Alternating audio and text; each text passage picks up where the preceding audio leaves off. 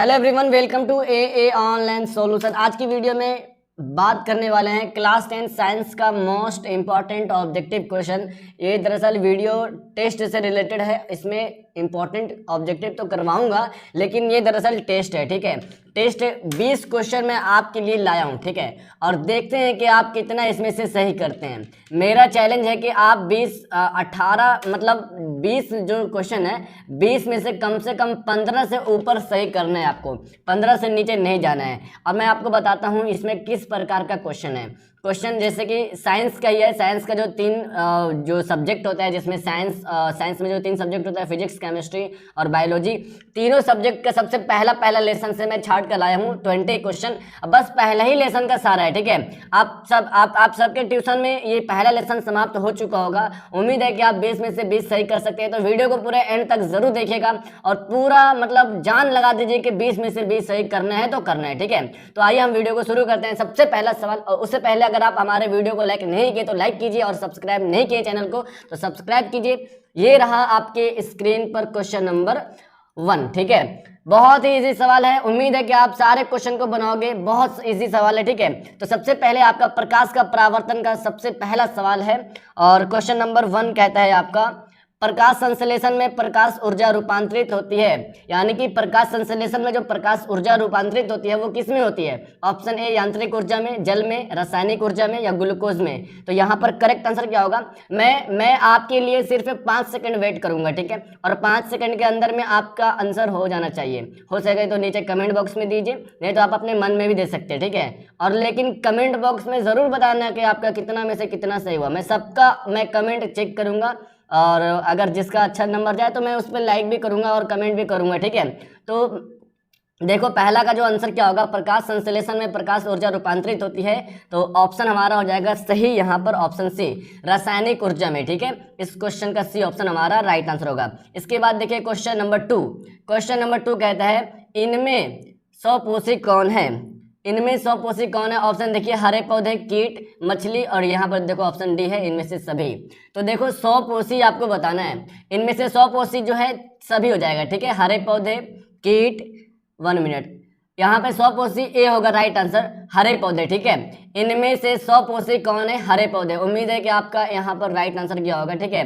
देखिए 2 सवाल अभी हुआ है, उम्मीद है कि सारा क्वेश्चन आपका सही होगा। अब उसके बाद आगे देखिए कुछ क्वेश्चन हार्ड भी आने वाला है, तो आप उसको कोऑपरेट कीजिएगा थोड़ा सा, ठीक है। क्वेश्चन नंबर 3 देखिए, हरे पौधे में संरक्षित आंतरिक ऊर्जा किस रूप में होता है? हरे पौधे में जो आंतरिक ऊर्जा होता है वो किस रूप में होता है? वसा के रूप में, या प्रोटीन के रूप में, या जल के रूप में, या मंड के रूप में? इसका करेक्ट आंसर होगा हमारा ऑप्शन नंबर डी, मंड के रूप में, ठीक है। मंड के रूप में इसका जो आंतरिक ऊर्जा होता है मंड के रूप में, इसका राइट आंसर होगा ऑप्शन नंबर डी। उसके बाद क्वेश्चन नंबर 4 देखिए, सारा क्वेश्चन का आंसर आप दीजिएगा, ठीक है। अगला क्वेश्चन देखिए, निम्नलिखित में कौन एक उभयलिंगी जंतु है? इन चारों ऑप्शन में से उभयलिंगी जंतु कौन है? केंचुआ, मछली, शेर, बकरी। चलो मैं आपके लिए रुकता हूं 5 सेकेंड और सोचिए आंसर क्या होगा इसका आंसर।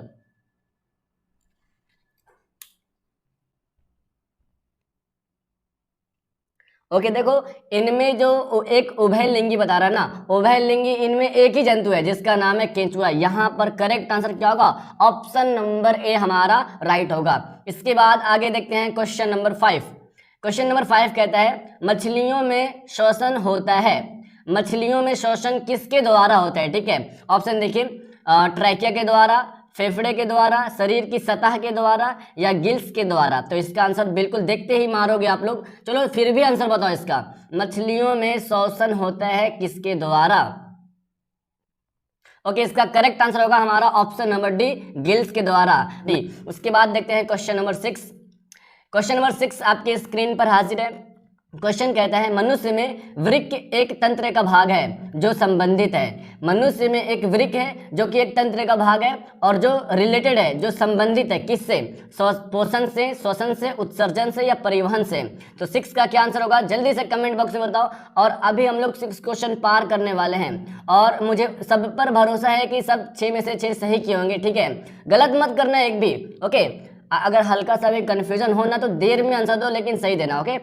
6 का राइट आंसर होगा हमारा option number 6, option number C होगा करेक्ट आंसर, परिवहन में। मनुष्य में वृक्क एक तंत्र का भाग है जो संबंधित है परिवहन से। इसका राइट आंसर होगा हमारा ऑप्शन नंबर डी। 1 मिनट, नहीं, इसका ऑप्शन सी राइट आंसर होगा। ठीक है, ऑप्शन सी राइट आंसर होगा, उत्सर्जन से संबंधित है। सॉरी, वृक्क एक तंत्र का भाग है जो संबंधित है उत्सर्जन से। इसका राइट आंसर होगा C. Okay dear, C option right होगा। अब देखो आ गया यहाँ पर जो है ना बायोलॉजी का पहला चैप्टर जय प्रक्रम से 6 क्वेश्चन मैं छाटा हूँ, उम्मीद है कि 6 सही गया होगा। अब मैं आ गया हूँ रासायनिक समीकरण, जो कि केमिस्ट्री का पहला लेसन है, रासायनिक समीकरण। उनका पहला नंबर सवाल आपके स्क्रीन पर हाजिर है और क्वेश्चन नंबर कहता है 7, Zn plus CuSO4 arrow ZnSO4 plus Cu, ये एक अभिक्रिया है। ठीक है, जो कि रासायनिक अभिक्रिया है और ये बताना है कि ये कौन सी अभिक्रिया है। ठीक है, ये कौन सी अभिक्रिया है। Zn देखो, Zn जो है किसके साथ मिला जा करके, SO4 के साथ मिला और Cu अलग, यानी कि जिंक और SO4 मिल गया, कॉपर अलग हो गया। अब बताओ ये कौन सा अभिक्रिया है, तो ये है डियर हमारा, इसका करेक्ट आंसर होगा बी ऑप्शन, ये है विस्थापन अभिक्रिया। विस्थापन अभिक्रिया, इसका right answer option number B हो जाएगा। उसके बाद आगे देखते हैं, क्वेश्चन नंबर 8 कहते हैं जब मैग्नीशियम फीता को जलाया जाता है, जब मैग्नीशियम फीता को जलाया जाता है और जो उससे जो उत्पन्न होती है लौ आग की लौ जो उत्पन्न होती है वह किस रंग की होती है। ऑप्शन देखो, पीली, नीली, चमकीला, उजला या लाल। करेक्ट आंसर बताओ, इसका राइट आंसर क्या होगा। मैं आपके लिए रुकता हूं थोड़ी देर के लिए।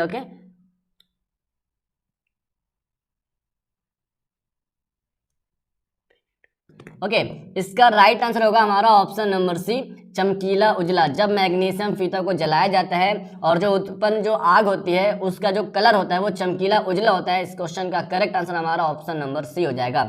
इसके बाद देखते हैं क्वेश्चन नंबर 9, जिन अभिक्रियाओं में ऊर्जा अवशोषित होता है उन्हें क्या कहते हैं। यानी ये चारों 3 अभिक्रिया का नाम है। ठीक है, उष्माशोषी, वियोजन अभिक्रिया, उष्माक्षेपी अभिक्रिया।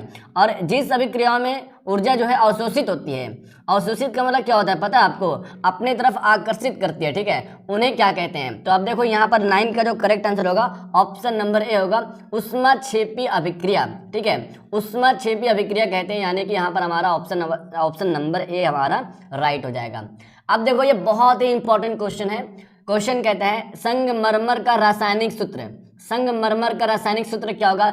चलो जल्दी बताओ, इसके लिए मैं आपको देता हूं 10 सेकंड का टाइम और इसी के बीच आपको आंसर बताना है। ओके,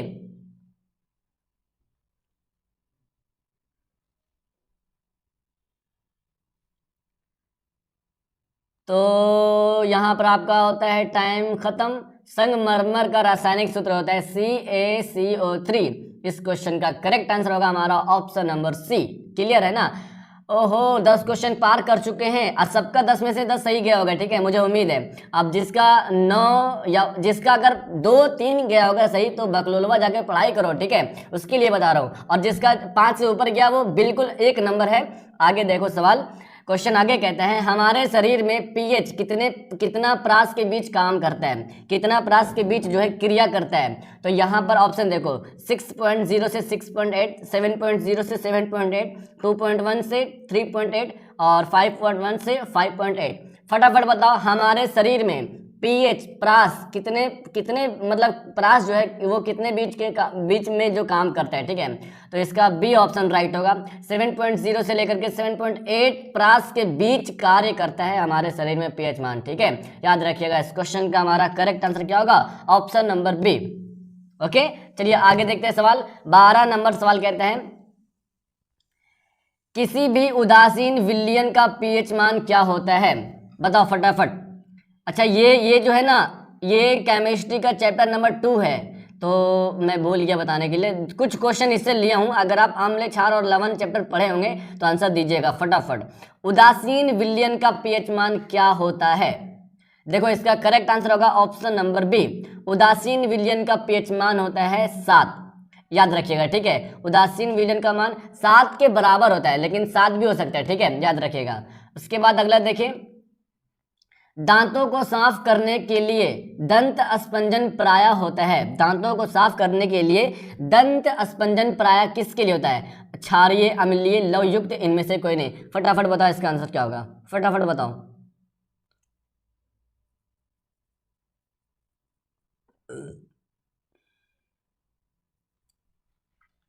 ओके देखो, इसका राइट आंसर होगा हमारा ऑप्शन नंबर ए, क्षारीय होता है। दांतों यानी कि सुबह सुबह जब उठते हैं आप अपने मुंह को धोते हैं तो जो पहले जो मुंह में रहता है वो अम्लीय रहता है, और जब ब्रश करते हैं कोलगेट वो क्षारीय रहता है, तभी तो अम्लीय को खत्म करता है। तो दांतों को साफ करने के लिए, दंत स्पंजन के लिए क्षारीय का इस्तेमाल होता है। इस क्वेश्चन का ए ऑप्शन हमारा राइट आंसर होगा। ठीक है, अच्छा एक बार इसमें थोड़ा समझ लो, इसमें ये उदासीन विलयन का पीछमान 7 कैसे हुआ। मैं आपको थोड़ा सा एक ट्रिक बताता हूँ जिससे कि आप याद रखिएगा। ठीक है, एक छोटा सा देखो, ये एक लाइन है। ठीक है, अब यहाँ से एक, इसमें क्या होता है उदासीन विलयन, एक अम्लीय होता है, एक क्षारीय होता है, एक उदासीन होता है, 3 होता है। ठीक है, और तीनों का बता रहा हूँ। ठीक है, जैसे देखो यहाँ ये शुरू करिएगा यहाँ से 1 2 3 4 से लेकर के पहुँचिएगा यहाँ पर 6 तक। ठीक है, और ये जो है ना ये पूरा 7 है।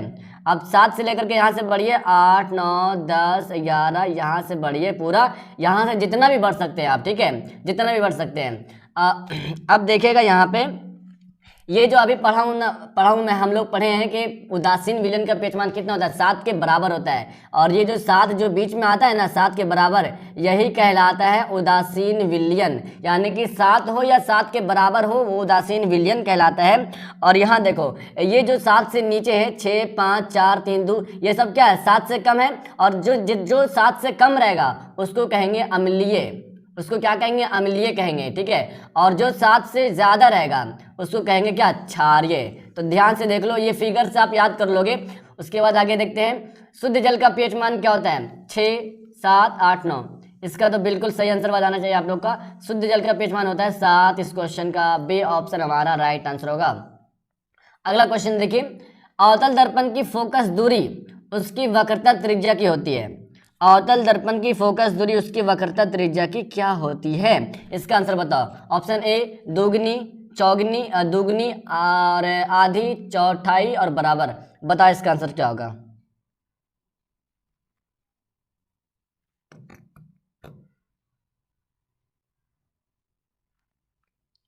देखो इसका राइट आंसर होगा हमारा ऑप्शन नंबर बी, अवतल दर्पण की फोकस दूरी और उसके वक्रता त्रिज्या की आधी होती है। इसका राइट आंसर होगा हमारा ऑप्शन नंबर बी, याद रखिएगा। उसके बाद देखते हैं क्वेश्चन नंबर 16। बस 20 क्वेश्चन है, 4 क्वेश्चन और है, बेसब्री से इंतजार कीजिए, धैर्य रखिए अपने पे। ठीक है, और आप उम्मीद है कि 15 में से 15 सही किए होंगे। जितना भी सही किए नीचे कमेंट में मैं बताऊंगा, जब पूछूंगा तो बताना। ओके, 16 नंबर सवाल कहता है लेंस की क्षमता का SI मात्रक क्या है। ऑप्शन आपके सामने है और आंसर मुझे दीजिए, फटाफट बताओ। आप अपने माइंड में बताओ कि ABCD इन 3 चारों में से क्या आंसर होगा। लेंस की क्षमता का SI मात्रक क्या है।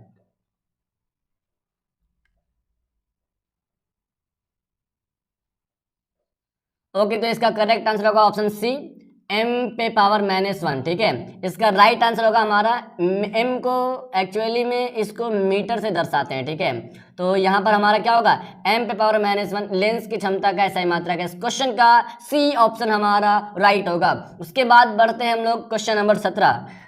17 नंबर सवाल कहता है लेंस में मुख्य फोकस की संख्या कितनी होती है।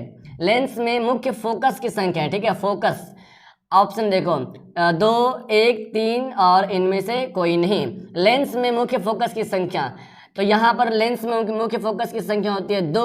तो यहाँ पर हमारा करेक्ट आंसर क्या होगा, ऑप्शन नंबर हो जाएगा ए। प्रकाश का परावर्तन का नियम कितने, प्रकाश का परावर्तन कितने नियम होते हैं, 2 नियम। प्रकाश का अपवर्तन का कितने नियम होते हैं, 2 नियम। ये सारा याद करिएगा। और लेंस के मुख्य फोकस की संख्या कितनी होती है, 2 होती है। आगे देखते हैं,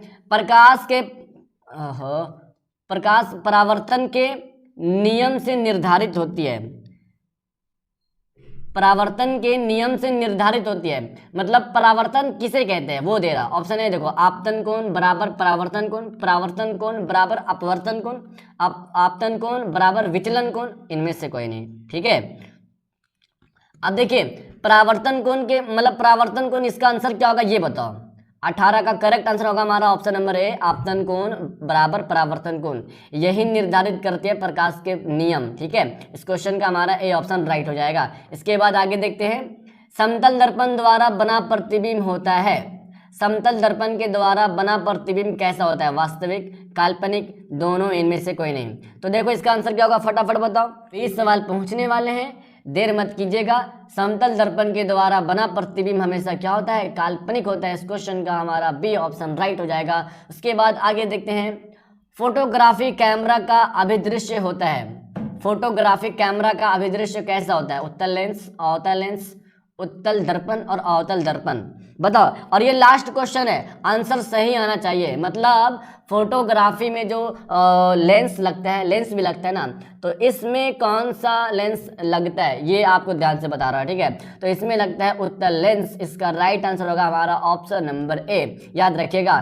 तो हम लोग जो है पूरे का पूरे जो है 20 क्वेश्चन क्लियर कर चुके हैं। और आप लोग बताइएगा भी कि कितना आपका सही हुआ, ठीक है। मैं अभी सबसे पूछने वाला हूँ। मैं आपका चैलेंज वादा किया था कि 15 से ऊपर सही जाना चाहिए।